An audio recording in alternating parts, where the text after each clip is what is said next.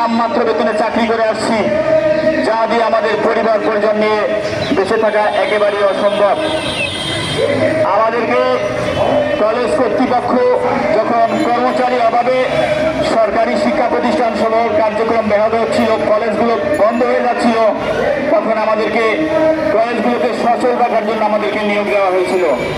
কিন্তু অত্যন্ত দুঃখের বিষয়, অত্যন্ত পরিতাপের বিষয়, দীর্ঘ 20-30-25 বছর চাকরি করার পরেও আমাদের চাকরি অদ্যাবধি পর্যন্ত রাজস্ব খাতে স্থানান্তরিত হয় নাই। এখন বৈষম্য নিরসনের সময় নতুন স্বাধীন বাংলাদেশে আমরা এই বৈষম্য থেকে মুক্তি চাই এবং আমাদের চাকরি জাতীয়করণ করতে চাই। আমাদের দাবি একটাই, আমরা আজকে যে দাবি নিয়ে এখানে শান্তিপূর্ণ কর্মসূচির আহ্বান করেছি, আমাদের দাবির ভিতরে প্রথম দাবি হচ্ছে আমাদের চাকরি জাতীয়করণ করতে হবে, অর্থাৎ সরকারিকরণ করতে হবে, রাজস্ব খাতে স্থানান্তর করতে হবে।